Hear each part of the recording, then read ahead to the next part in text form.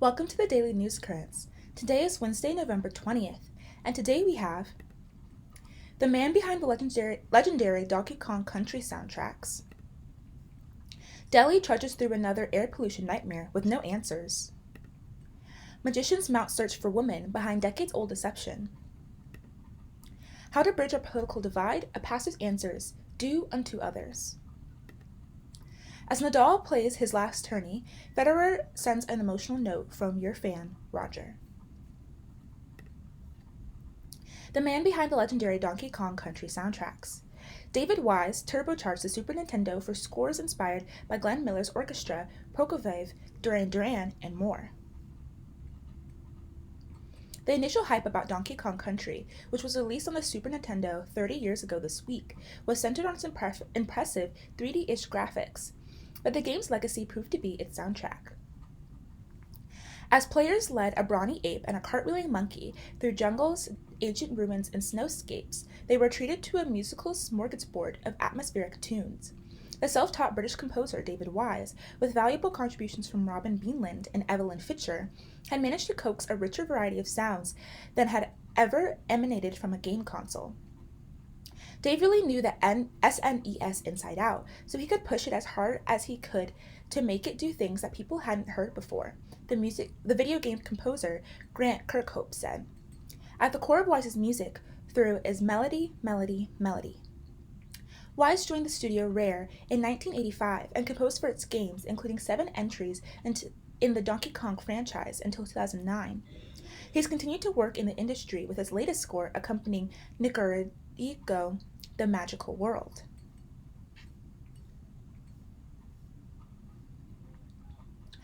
A legion of gamers cherishes the music for Donkey Kong Country and its sequel, which are a bit like the Revolver and Sgt. Pepper of video game music. In a recent interview, Wise unpacked the process and inspirations, musical and otherwise, behind his music for the first 2 Donkey Kong Country games.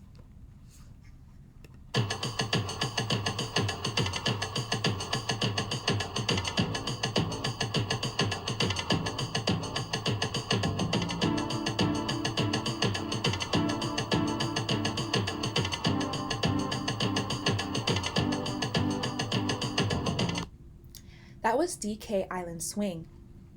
The music for Nintendo's Super Mario games had a Latin and Calypso influence that fits the hip-hoppity gameplay, as well as the sunny inversions of the Mushroom Kingdom. The hulking hero of Donkey Kong Country suggests a different approach. Donkey Kong was a little more brutal, Wise said, adorable, but quite useful in fight if needed. For the first level of the game, partly because he was then learning to play saxophone, Wise sought to emulate the sound of Glenn Miller's orchestra and the raucous big band music from around the time of World War II.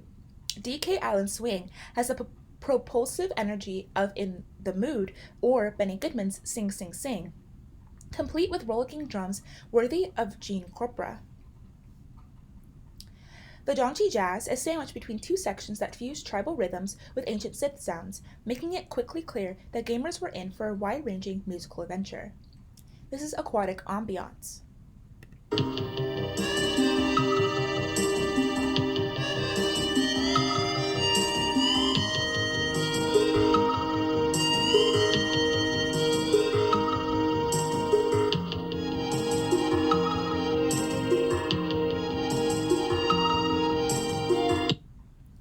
For fans of the video game music, the serene, transporting, aquatic ambiance has a special renown.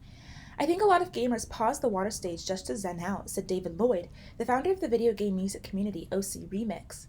It resonates on a melodic level, but also, especially at the time, on a damn this sounds cool level, that the Super Nintendo could handle it technologically speaking.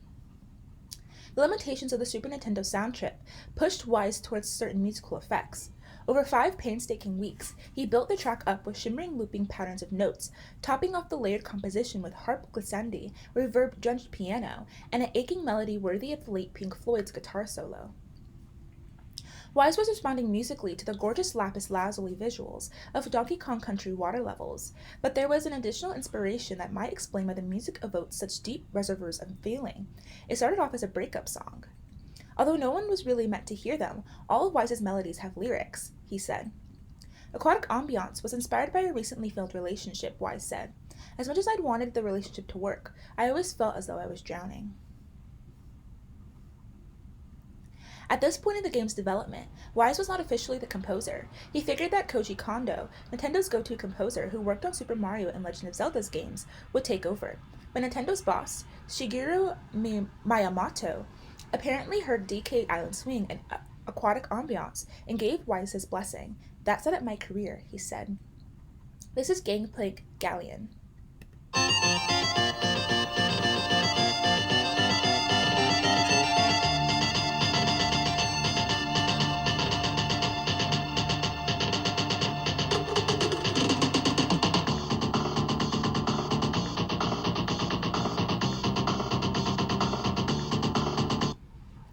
To accompany Donkey Kong's Country end-of-the-world boss battles, Wise concocted a hectic rocker, Bad Boss Boogie, which unfurls into this devilish 298 time signature that Nine Inch Nails used in the same year in March of the Pigs.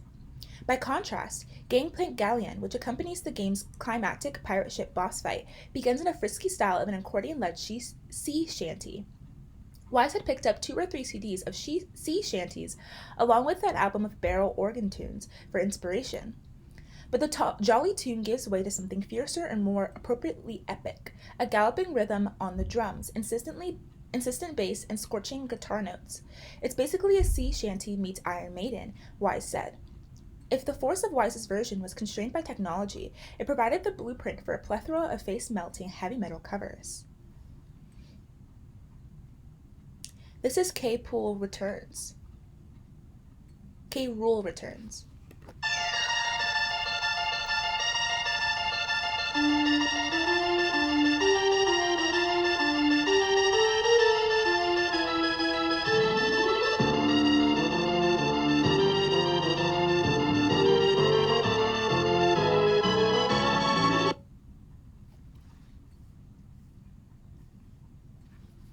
From the outset of Donkey Kong Country 2, Diddy Kong's Quest, the sequel arrived a year after the first game.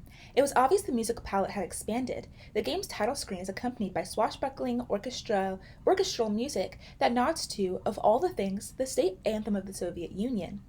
There's also a little bit of John Williams' Flight to Neverland and the movie Hook thrown in. The suit to the sequel's darker setting and ramped-up difficulty, Wise, the sole composer this time around, concocted a suite's worth of musical pieces, including Welcome to Crocodile Isle and Bossa Nova, inspired by Russian composers, with clear nods to Mussorgsky and Prokofiev. The main baddies in the game were Kremlings, Wise said, pointing out a play on words that, if it's safe to say, went over the head of most 10-year-olds. It seemed entirely obvious that some Soviet-style music might be a good fit. They just had a way of using the orchestra to evoke such strong emotional strength. This is Forced Interlude.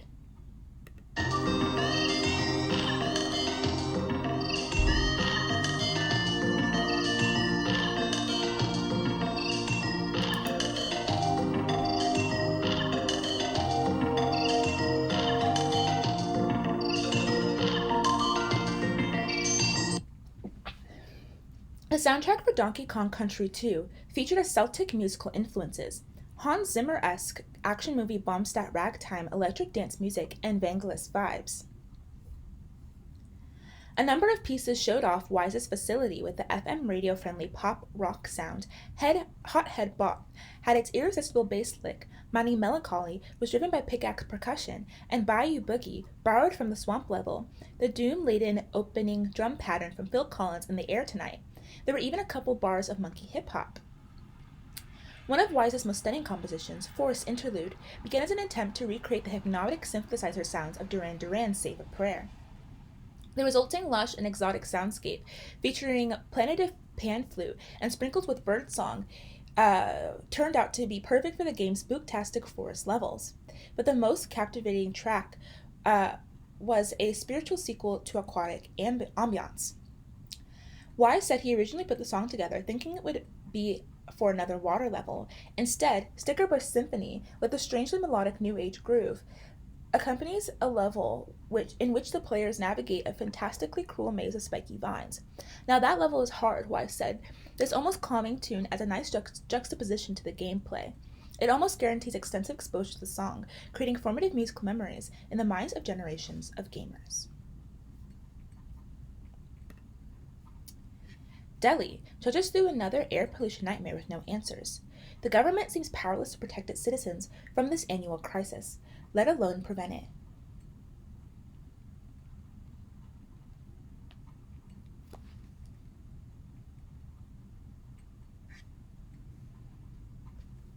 On Tuesday morning, the air quality in India's capital under a widely used index stood at 485. While that is almost 5 times the threshold for healthy breathing, it felt like a relief. The day before, the reading had shot up to 1,785. Infinitesimal air particles were still clogging lungs and arteries, and it was possible to see sunlight again and to smell things. My eyes have a burning feeling during these periods of pollution, said Vikram Singh, 58, an auto rickshaw driver in central Delhi, who noticed that he also tires more quickly. I don't know what else is happening to my body on the inside. He earns less too, just $6 per day instead of his usual $8.30. Every year, the suffocating smog accompanies the drop in temperatures as the plains of North India shed their unbearable heat for a wintertime cool. And like clockwork, political leaders roll out emergency measures intended to quit making the problem worse. Yet India seems powerless to reduce the effects of this public health catastrophe, as its politicians stay busy trading blame and trying to outmaneuver one another in legal battles. The haze was so shocking this week that Delhi's chief minister, Atashi, who goes by one name, declared it as a medical emergency, endangering the lives of children and older people. The Supreme Court, whose members also live in the capital, chided the national government for responding too slowly and ordered special measures, halting construction work and blocking some vehicles from roads. Schools were closed indefinitely to protect students. For middle-class Delhiites, the emergency measures have taken on an uncanny resemblance to life during the COVID-19 lockdowns. There was a familiarity to the work-from-home mandates, idle children cooped up in the house, and spare surgical or N95 masks rummaged from drawers. But only a small portion of Delhi citizens can afford such luxuries. Debu Jyoti Day, the finance director at a non-profit in the development sector, wore a handkerchief tied below his eyes as he trudged through a subway station and his office. At least, he said, he was going indoors. I still feel congestion in the chest. I feel sneezy, sometimes drowsy, he said. But people who are working on the road, they suffer a lot more. People like drivers, curbside vendors, and day laborers. And if I remained at home, how would I learn my living? Mr. Day said the governments were failing to reach at the root of the causes of the pollution because it was not a voting issue among the poor, who must think about free electricity and water and not bother about the health of their lungs. The rich can afford to ignore the smog because they use machinery and technology and stay indoors, he said. The middle class, he means people like himself, are too few in number to matter to politicians, but unhappily put our lives at stake alongside the poor. For those who are able to stay at home, that can help a little, said Dr. Sundeep Salvi, president of the Indian Chess Society, based in Pune. There are at least some health benefits if it means moving from a pollution level to 450 to 300, say. Those benefits, however, like masking with a simple bandana, are marginal and easily overstated. Dr. Salvi also recommends staying hydrated, performing a kind of nasal wash twice a day, and keeping houseplants in living spaces. None of these measures are enough to make a difference in any epidemiological study, but unlike industrial-grade HVAC systems with air filters, they are affordable to all households. The immediate cause of the dreaded autumn smog is the drop in temperatures, creating a thermal inversion where hotter air forms a stubborn layer atop the colder air, trapping pollutants at the ground level. It coincides with extra sources of microscopic grit, small fires for cooking and warmth, smoke from Diwali firecrackers, and farmers burning stubble from their fields after the harvest. Miss Atishi, a Delhi chief minister, had traded accusations with the party led by Prime Minister Narendra Modi over the burning of crop waste. Her smaller party controls the state of Punjab, which is most often blamed for the fires, but the surrounding states run by Mr. Modi's party, she said, were responsible for much more this season's burning. The scientific community is at odds over what proportion of the deadliest particulate matter comes from the fields. Recent analysis by the Indian Institute of Tropical Meteorology put stubble burning contribution at just over 1% in October. By this month, it has risen to 13%, but remains small in comparison to the city's baseline pollution from vehicles and other sources. Whatever the cause of this smog, by one ranking, Delhi was not just as the most polluted city in the world, but nearly 5 times as bad as the second most polluted city in the world, Dhaka, and Bangladesh next door, as Shasti Tharoor, the leader of the opposition in parliament and best-selling author, posted on X. The city is essentially uninhabitable from November to January, inclusive and barely livable for the rest of the year. Should it even remain the nation's capital, he wrote? About 10 years after Delhi's extraordinary wintertime air pollution first drew the world's attention, it is remarkable how little is understood about it. Even its health effects needed further research. Dr. Salvi of the Indian Chest Society said there were simply no significant longitudinal studies on cardiovascular function, which are expensive and take 10 years to do. He said that I can only imagine that the prevalence of heart attacks, of stroke, of heart failure, they must all increase significantly because of this high level of air pollution, but there are no studies from India to support it. Magicians mount search for women behind decades-old deception. A British Society of Magicians expelled a woman for tricking her way into the club in 1991. Now it wants to invite her back, but the woman seems to have pulled a disappearing act. The greatest trick that Raymond Lloyd may have ever performed was a complex illusion, convincing an elite male-only society of magicians that he existed. That performance won Mr. Lloyd acceptance into the society, the Magic Circle, in 1991, but after revealing a few months later that he was in fact a she, the performer was ousted from the club. Now, the Magic Circle wants her back, and has embarked on a quest to solve what turned out to be a disappearing act and make amends. I would love to look her in the eyes and say, on behalf of the other magicians that we have, "You're absolutely welcome," said Marvin Bergas, the president of the society. Based in London, the Magic Circle was founded in 1905 and lists celebrity illusionists David Copperfield and Chris Angel among its honorary members. For decades, only male magicians were able to join until 2 women set out to call their bluff. I always wanted to be the first lady in the Magic Circle. One of them, Jenny Winstanley, told the Canadian broadcaster CBC in 1991. Really wanted to prove that women were as good as men. But Miss Winstanley was already regionally known as a magician at the time, according to Mr. Bergalis. That could help explain why she turned to a young actress who went by the name Sophie Lloyd for help, and why Miss Lloyd said she'd agreed to do it. "I did it for Jenny," Miss Lloyd explained in the same interview. She thought it was unfair that lady magicians couldn't get into the circle. The woman told CBC that she had been spending 2 years building the Raymond Lloyd character. Miss Winstanley said she taught the actress magic tricks, and they found ways to disguise what Miss Lloyd described as her already boyish frame. The test to gain membership into the Magic Circle, Miss Lloyd told CBC, involved performing a 20-minute show with tricks and spending over an hour speaking with her examiner, a magician. She passed, earning full membership in March 1991, according to the Magic Circle.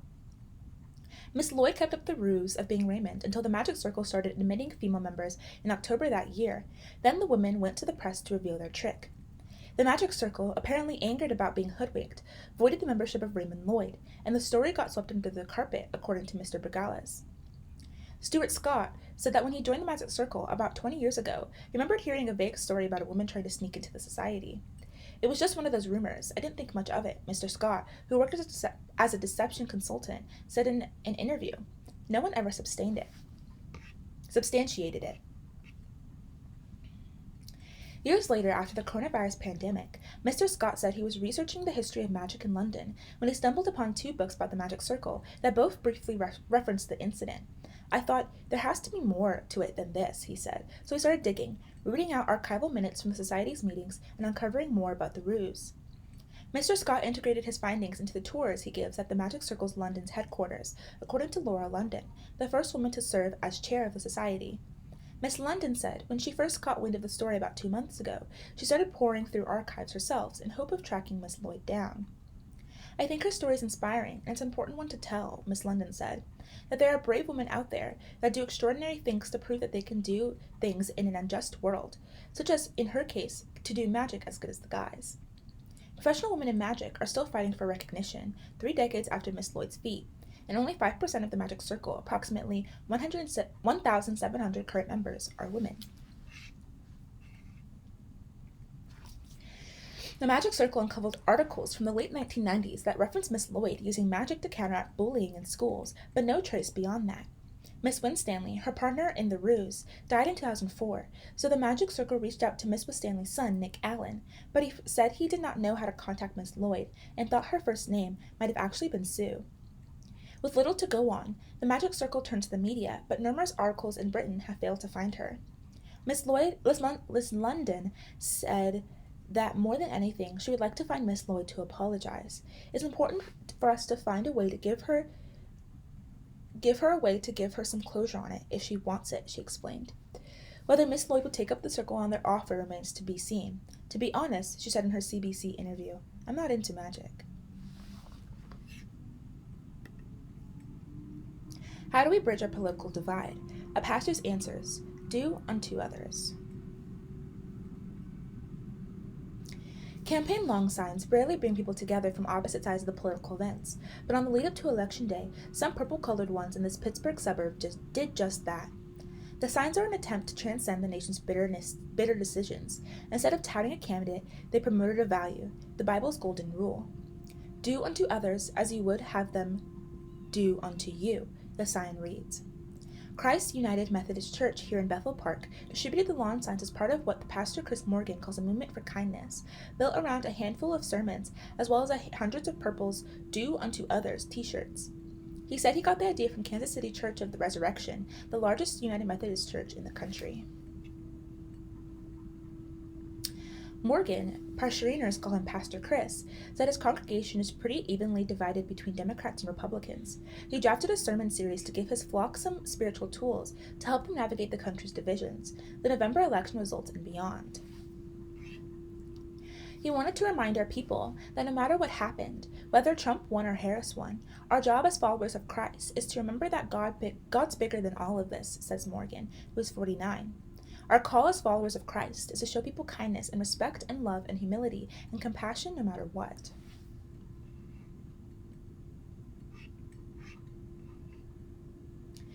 Christ Church offers 4 services each weekend, drawing about 1,000 people in person and online. Sunday's contemporary services feature a crack rock band in which Pastor Chris occasionally plays keyboards. In July, after planning for the sermon series was well underway, political violence hit close to home. President-elect Donald Trump was nearly killed by a rooftop shooter during a campaign event in Butler, about 40 miles north of here. It had a pretty big impact on the congregation because the person that made the attempt lived 2.5 blocks from here, Pastor Chris recalls. Parishioners at Christ Church say the Do Unto Others lawn signs have sparked conversations that might not have otherwise have occurred. Tommy Longnecker, an avid Trump supporter, was blowing leaves last month when he spotted one of the signs in the yard of his next-door neighbor, Bob Lewis, a Harris supporter and a member of Christ Church. Longnecker walked over to read the Bible passage. I really like your sign, said Longnecker, who is 56 and a non-practicing Catholic. Longnecker said the Do Unto Others message resonated because people had repeatedly torn down his Trump signs, including one that measured 8 feet by 4 feet. The two men have been neighbors for nearly 8 years, but this was the first time they really talked about faith. I like the fact that we can still get along and not be hateful and mean to each other, Lewis recalls Longnecker saying.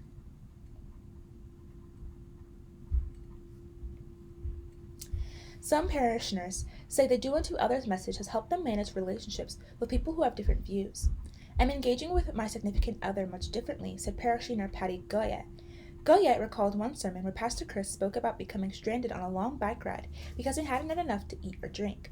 The sermon was a turning point for Goyette, who questioned whether she was doing enough to nourish her relationship. She said she changed her approach. I haven't gone into confrontation with a higher heart rate and clenched muscles, said Goyette 50, who worked at a local riverboat company. I listen and I hear, and when you do that, people stop yelling and start talking, and it makes a difference. While some parishioners found the Do Unto Other program helpful, others had reservations. Tony Reda, who ushers at one of the church services, thinks the sermon series encouraged people to express their political opinions. I feel like going to church was an hour of peace and quiet and trying to be closer to Christ, said Rita, 61. I feel like that sermon series was bringing politics into church.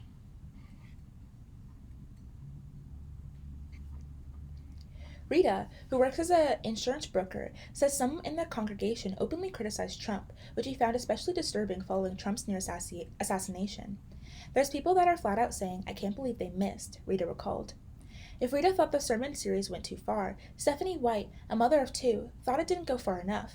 She's a big fan of Pastor Chris, but wishes the church had called out Trump for what she says is hateful rhetoric. Failing to do so, White says, creates a false equivalence.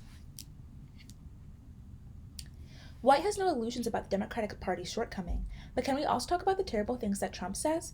She said during an after-service coffee hour, the reaction you get from some Republicans is, it's both sides, it's both sides. White says she is concerned about what the next 4 years could mean for friends who are trans or people of color. It's just a lot of emotions packed into a really small piece of time, she said, as she cried. And it's very scary what could happen. Pastor Chris knows it's challenging to lead a big tent church in such fraught times. He says the Do Unto Others program isn't about calling out sides or making statements about anybody's morality. Outside of the pulpit, I personally will stand up for what I think is right and what I think is wrong, and I have done those things, Morgan says. My job as a pastor, when I'm preaching, is to help people grow in their faith and become as much like Jesus as they can. Morgan says a key to the campaign for kindness is to recognize we can't control what others say or do. We can't control how we respond. Nadal plays his last tourney. Federer sends an emotional note from your fan, Roger.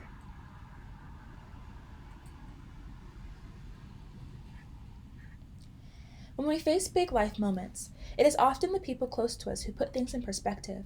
So with tennis great Rafael Nadal about to retire after one final Davis Cup tournament, who better than Roger Federer to put an incredible career and a rare friendship in perspective? You made me reimagine my game, Federer, one of the greatest tennis players in history, told Nadal. Another of the greatest tennis players in history, in a message shared on Instagram and other platforms. Let's start with the obvious. You beat me? A lot, Federer said. More than I managed to beat you. You challenged me in ways that no one else could. Nadal is ending his tennis career with the Davis Cup, where he and Spain face the Netherlands in a Final 8 showdown. He's scheduled to play on Tuesday at 11 a.m. Eastern Time in a match carried by the Tennis Channel. The tournament is being held in Malaga, Spain, from November 19th to 24th. The semifinals are set for Friday and Saturday, with the final played on Sunday. Nadal, known for his never-say-die pursuit of every point in a match, has contended with a series of injuries over his career, from his feet and knees to his hip surgery in 2023. Because this is the knockout phase of the tournament, it's uncertain which match could be Nadal's last, but it's certain that for Nadal, the 38-year-old who has won 22 Grand Slams, this week will bring a flood of tributes. None are more likely to be more personal than a note from Federer, his on-court Swiss nemesis and off-court friend. As you get ready to graduate from tennis, I've got a few things to share before I maybe get emotional, Federer said. Federer mentioned how he changed to a new racket head, seeking a way to combat Rafa's power and skill. He mentioned their exhausting and thrilling battles on the court, playing together for tens of thousands of fans. He also mentioned Nadal's underwear. I'm not a very superstitious person, but you took it to the next level. Your whole process, all those rituals, Federer said, in a notoriously particular and precise Nadal. Assembling your water bottles like toy soldiers in the formation, fixing your hair, adjusting your underwear, all of it with the highest intensity. Secretly, I kind of loved the whole thing, because it was so unique. It was so you. Federer cast back to Nadal's brash arrival in 2004, wearing a sleeveless red shirt, his famous biceps powering him to win over Federer, who was the newly anointed number one. He spoke of how the rivalry became a shared path, one that ended in the two aging legends playing doubles together and openly weeping together in Federer's last big match at the Lavier Cup in 2022. 20 years later, Rafa, I have to say, what an incredible run you have, Federer wrote. Including 14 French Opens, historic, you made Spain proud, you made your whole tennis world proud. I want you to know that your old friend will always be cheering for you, and will be cheering just as loud for everything you do next, Federer said, signing his note. Best always, your fan, Roger. That is all that we have for today. Thank you so much for listening. Goodbye.